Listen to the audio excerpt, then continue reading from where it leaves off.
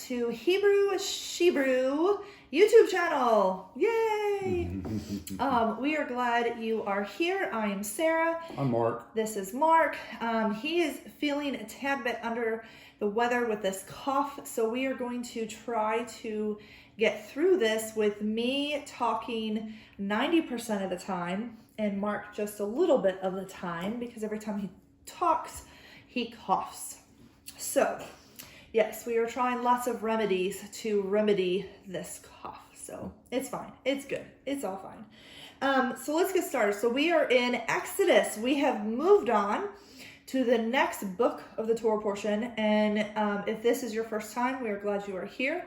We are studying the Torah portion through the lens of relationships. So relationships between husband and wife, relationships between parents and children, relationships between ourselves and God and ourselves and Yeshua, and how does that all look and how does that fit in with the body of Messiah within our local community and just people in general. It's all relationships. Everybody has some type of relationship that you're connected to.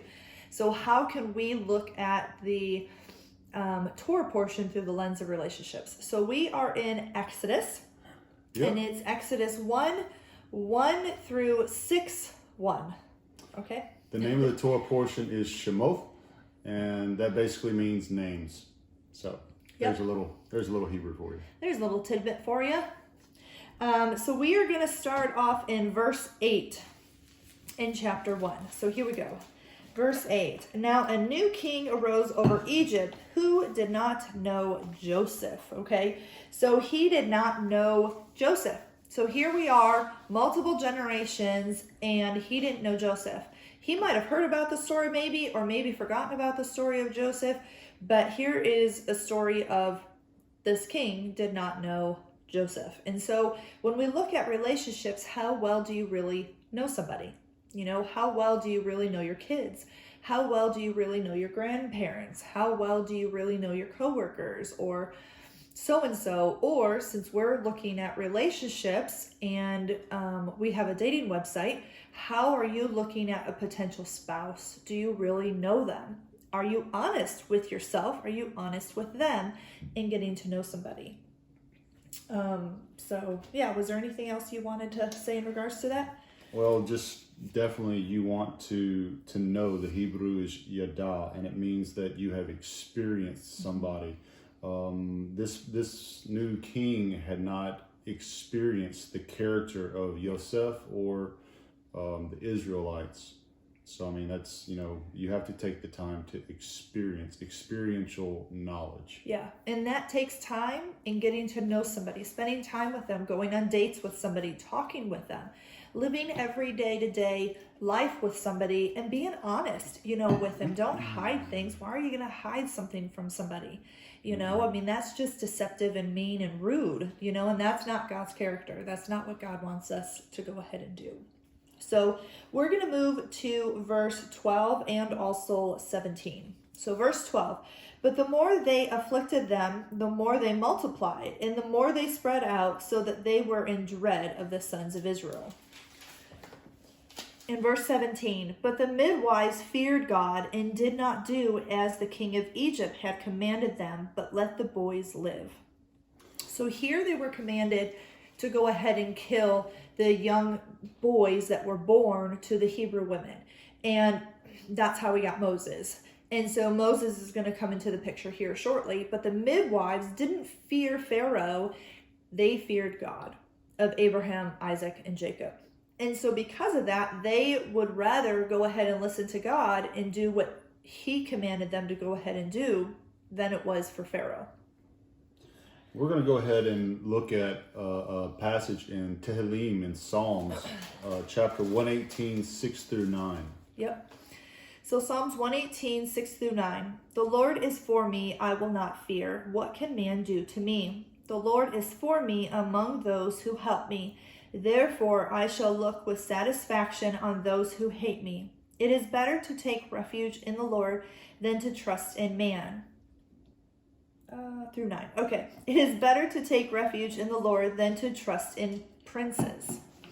So here we have a great passage for our day and age as well, is who are we going to fear? Are we going to fear man, or are we going to fear God? And is our trust in God in the circumstances that are around us? That can go for all sorts of things, or are we going to go ahead and trust man? If you and your spouse and potential spouse have a fear of and trust in Elohim, you never need to fear man. And that is a great quote right there. So he came up with that. So I mean, if you're going to go ahead, if both of you fear God versus fearing man, then you will be able to face things together. You will be able to live life together and be able to go ahead and not fear man. When I look back at last year, I had the virus and I didn't fear death. I have asthma. I have compromised lungs. I was a blue baby when I was born, and that means that I didn't breathe when I came out, and so I had oxygen right away. And so my lungs have been compromised since then. And so because of that, I've always had issues with asthma and with allergies and different things. And I wasn't sure what was going to happen, in regards to it. But it's like, where was my trust? Was my trust in God, or was my trust in man? And I trusted in God, and I trusted in him in regards to what he created, in regards to the plants we have and the essential oils that we have, and, all sorts of alternative kind of stuff that's out there that we can go ahead and do, and boosting our immune system with daylight and sunlight, and Mark and myself both trusted God that we were going to be okay during it all. And yeah, it's not fun, but yeah, it was sickening, but we still trusted him. Yes. Yeah. Well, let's go to chapter 2 and verse 2. Chapter 2, verse 2. And the woman conceived and bore a son, and when she saw that he was beautiful, she hid him for 3 months. So the thing I'm going to touch on real briefly here is the word that gets translated as beautiful or lovely is actually the Hebrew tov. And a lot of you are probably very familiar with the word tov. We get it in creation. God created something and saw that it was functioning according to the purpose for which he created it. He called it tov. So we're going to jump off of that into a thing called parental responsibility, or knowing and nurturing your child's purpose. Yeah, so I mean, this is Moses's mom. She knew right away that he had a purpose. He had a purpose in his life, and so do you know your kids? Do you see their purpose in life? Are you able to go ahead and recognize their strengths and maybe possibly their weaknesses? What are you able to notice in your children, even in your kids that are adult children as well, because I mean, we all have, if your parent is still alive, you still have somebody who's influencing you, and what kind of influence or what kind of character are you seeing in their life, either from a parent or from a child kind of perspective. Verse 10. Yeah. So verse 10, and the child grew, and she brought him to Pharaoh's daughter, and he became her son, and she named him Moses and said, because I drew him out of the water. So here we go. So we have... Moshe was adopted. Yeah, so Moses was adopted. I think this is the first story that we see in the Bible in regards to adoption. So I don't know if you guys have ever looked at it that way, but that's another way of looking at the word, is to be able to do it through the lens of adoption. Mark and myself are in the road of adoption. We're waiting to get matched with an expectant mom. And so when I read that, I'm like, okay, Moses had a birth mother. He also had an adopted mother, and he also had siblings that were not his siblings, by blood, and he also had blood siblings as well, that he eventually gets to re-meet again in his adult years. And so it's an interesting story when you look at it through the lens of adoption. And I just find it very cool. It's the same thing in regards to Yeshua. If we look at Yeshua, Yeshua was adopted by Joseph. Joseph was not Yeshua's dad, and so because of that, Joseph became Yeshua's stepdad. And so It's an odd way of looking at it, but that's how life is in those terms. Maybe not those terms back then, but that's the terms that we have now. And there's a bunch of other stories that are out there too in regards to God's word about adoption. And so I just think that's kind of interesting. But Moses' mom, birth mom, okay, wanted to give him a better life, because if not, he could have died. And so Pharaoh's daughter, took him in as her own and raised him in the palace and raised him in to be a prince. Yeah. So you never know where your kids could possibly be. Definitely don't. Never know. Let's go ahead and read 11 through 14, still in chapter 2. Okay, chapter 2, 11 through 14. Now it came about in those days when Moses had grown up that he went out to his brethren and looked on their hard labor. And he saw an Egyptian beating a Hebrew, one of his brothers. So he looked this way and that. And when he saw there was no one around, he struck down the Egyptian and hid him in the sand. Where am I going to through 14? And it came about on the next day, and behold, 2 Hebrews were fighting with each other. And he said to the offender, "Why are you striking your companion?" But he said, "Who made you prince or a judge over us? Are you intending to kill me as you killed the Egyptian?"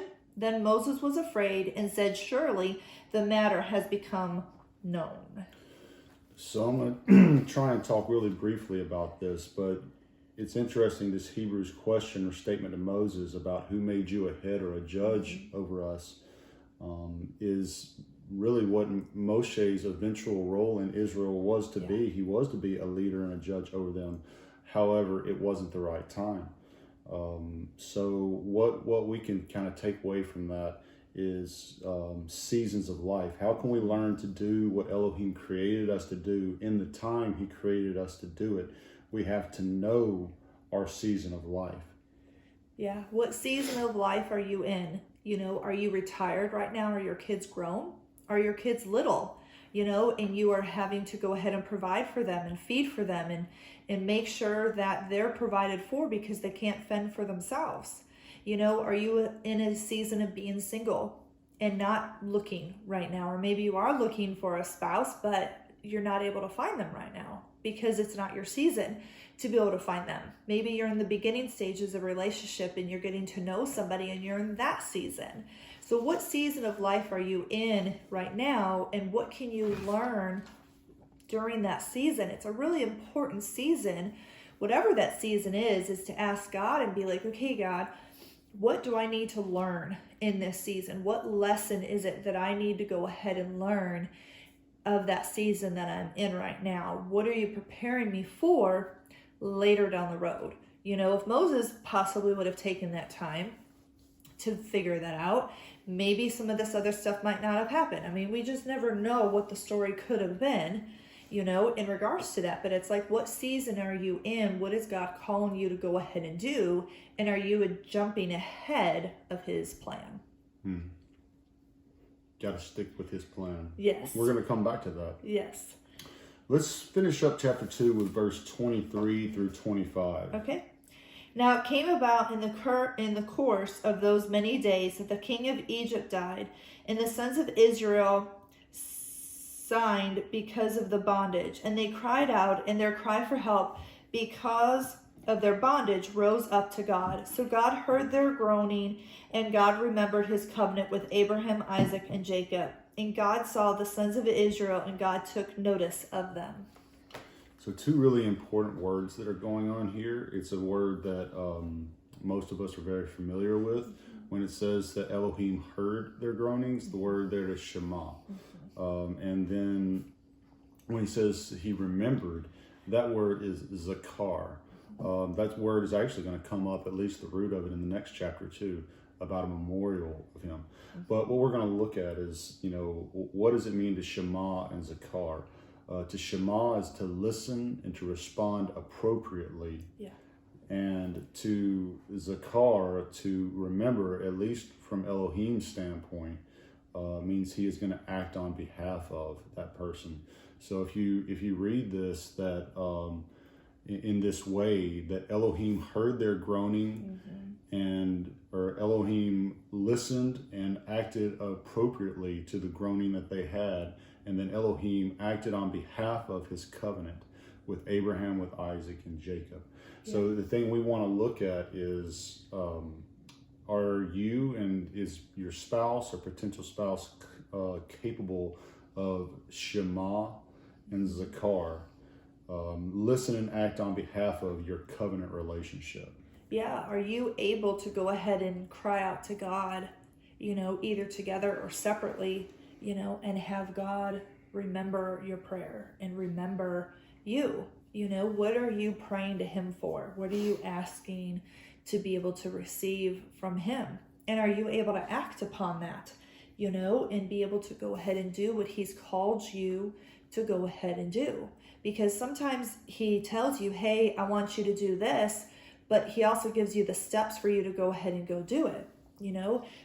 We tease at times where it's like, God's not going to automatically give you a spouse in the middle of your living room. It's not going to teleport boop, right there into your living room. You have to be able to go ahead and be inviting. You have to be able to go out and go look and go search and find and ask people and be like, hey, guess what? I'm single.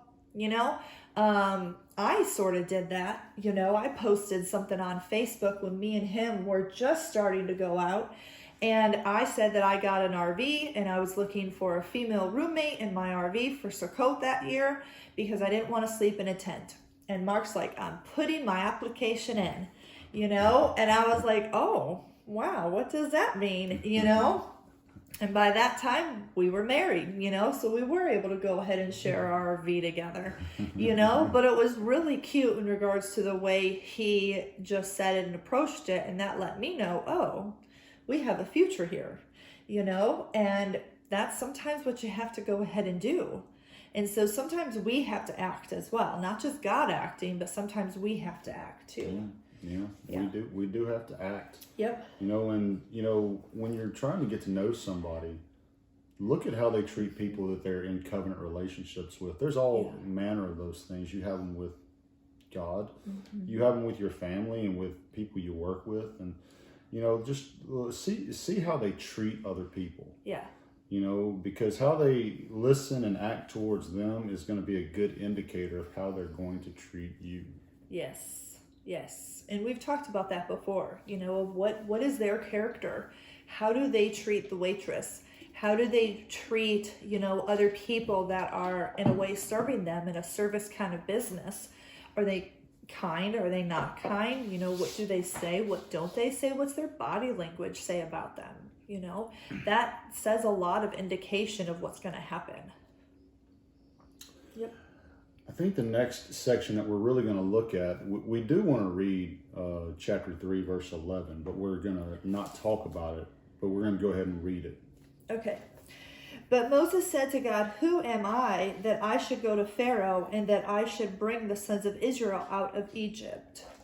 So, just put that in the back of your mind. We're going to get back to it. Who am I that I should go to Pharaoh? Yeah. The next section, and we're not going to read it, is the rest of the chapter, verse 12 through 22, where Moses essentially gets a pep talk from God. Because he asked this question, who am I that I should go and do this thing? And God gives him what I would call a confidence booster. Yeah. He says, I am with you. And he continues, he gives him a basic outline of his plan and how things are going to go. So all of us need a pep talk from time to time. All of us need a confidence booster. So is your spouse or the one that you're looking at, are they going to be able to do that for you? Yeah, that's big. Are they uplifting to you when you're down, or are they a downer as well? And constantly depressed. It's okay to go ahead and sit on the couch and cry for a little bit, but it's also a matter of how do you handle that time frame? What do you do during that time frame? Are you having a pity party forever, for 6 months, or are you okay to go ahead and move on and get past whatever is going on, and sometimes you do have to have those pep talks and be like, hey, I need a pep talk, and that's where we go to God's word and be able to dig through it and read some of his verses of what he says about us, during our circumstances of what's going on in life. Definitely.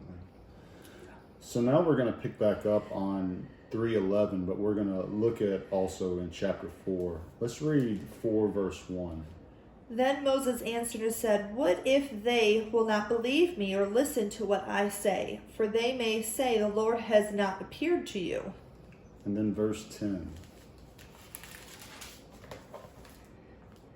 Then Moses said to the Lord, "Please, Lord, I have never been eloquent, neither recently nor in time past, nor since thou hast spoken to thy servant, for I am slow of speech and slow of tongue. And then verse 13. But he said, "Please, Lord, now send the messenger by whomever thou wilt." So, I mean, just taking these verses, they're all saying kind of the same thing. Don't pick me! Send- Don't pick me! Send somebody else, Yes. please. You know, Moses is having what we all have a lot of the time. He's having a self-confidence problem. Yeah, he is, and I know all of us have dealt with that. We definitely have. I used to be, a lot of people don't believe this, but I used to be a very, very shy girl, very, very insecure girl, where I would literally have my coat on or a sweater on. And if I had that on, I felt like I was invisible, and I didn't smile much as a kid. I mean, we can look back at pictures, and in family pictures, I really didn't smile. And I don't know what happened, but I went off to college and I got my voice. And I started to stick up for myself. And God started to use me, and he started to open up my voice. So in a way, I feel like I was a Moses at times, because I didn't want to speak. I didn't want to say certain things, but God's like, "Nope, you got to say it. Open up." And that's what happened. And now at times I can't shut up. I just can't, because it's like God wants to go ahead and use you. And what is your gift? What are you called to go ahead and do? And that's why I love ministering to singles. That's why I love ministering to people that are looking for their spouses, because I truly think God has called me to that. For 20 plus years I've been doing it, and I enjoy it. I like it, and God's blessed us with it. And so it's one of those things where it was like, "No, God, that's not what I want." But he said, "Yes, this is what you're going to go ahead and do. So go ahead and go do it." And it's been going ever since.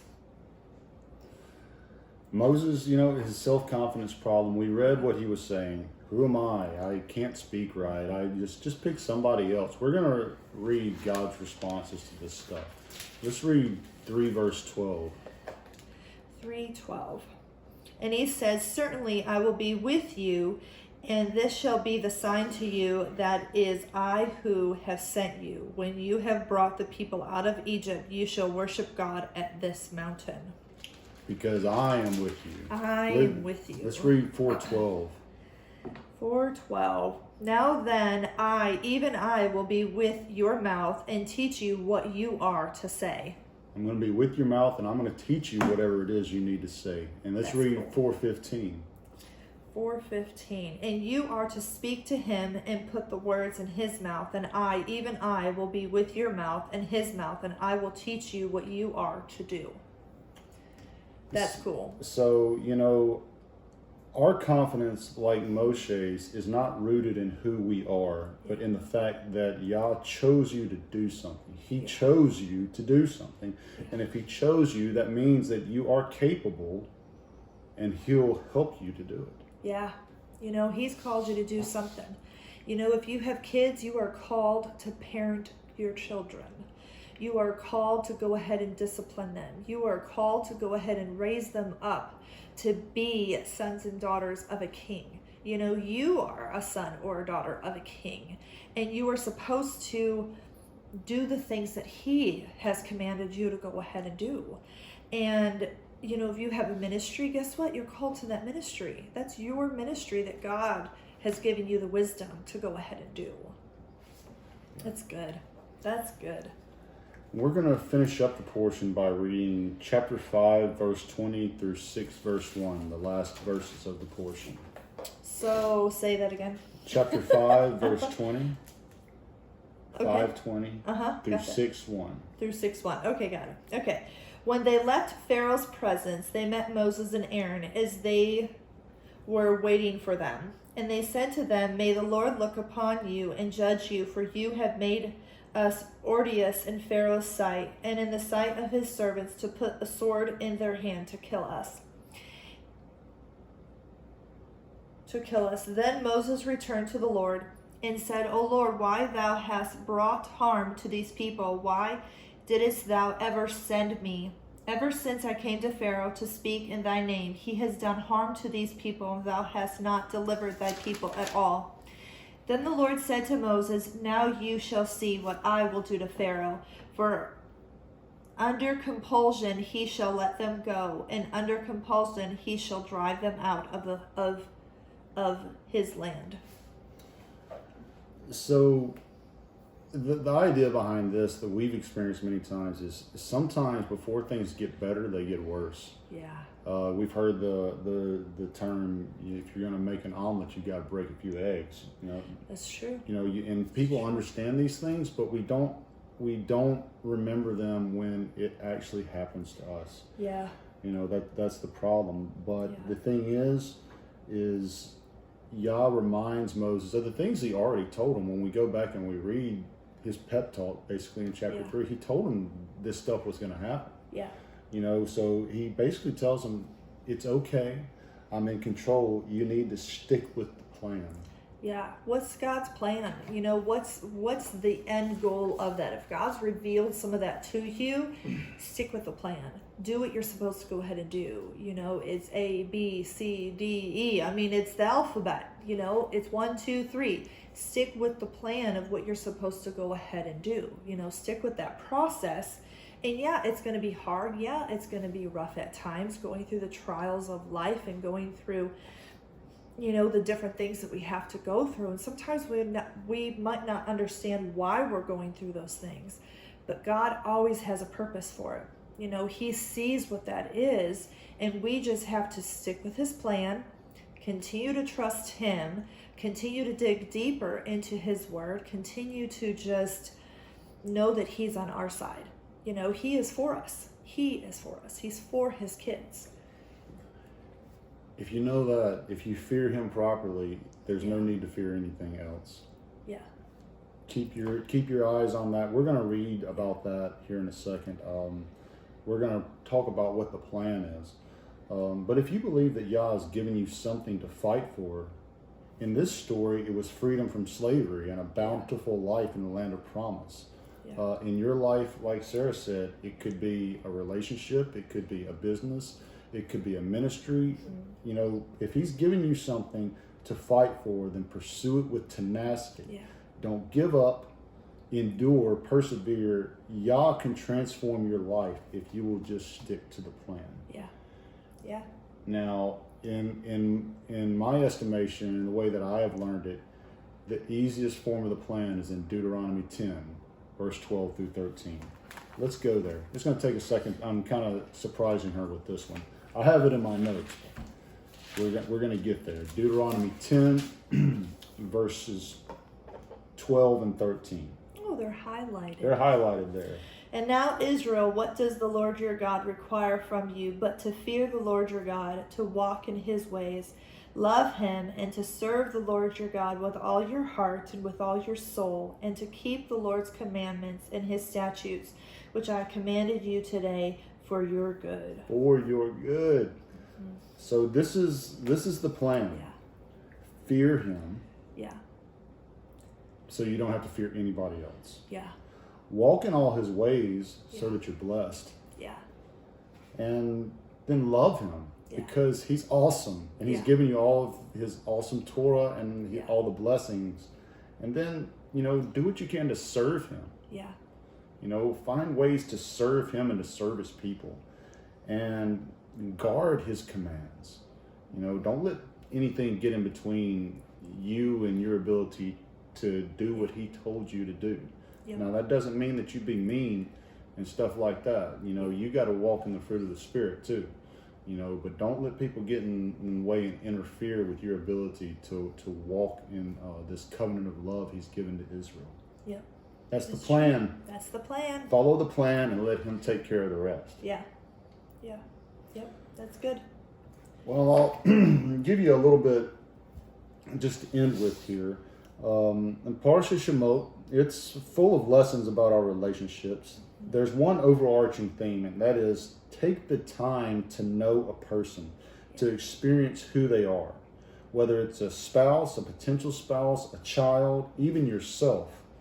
Take the time to know your season of life and serve Yah in the season that you're in.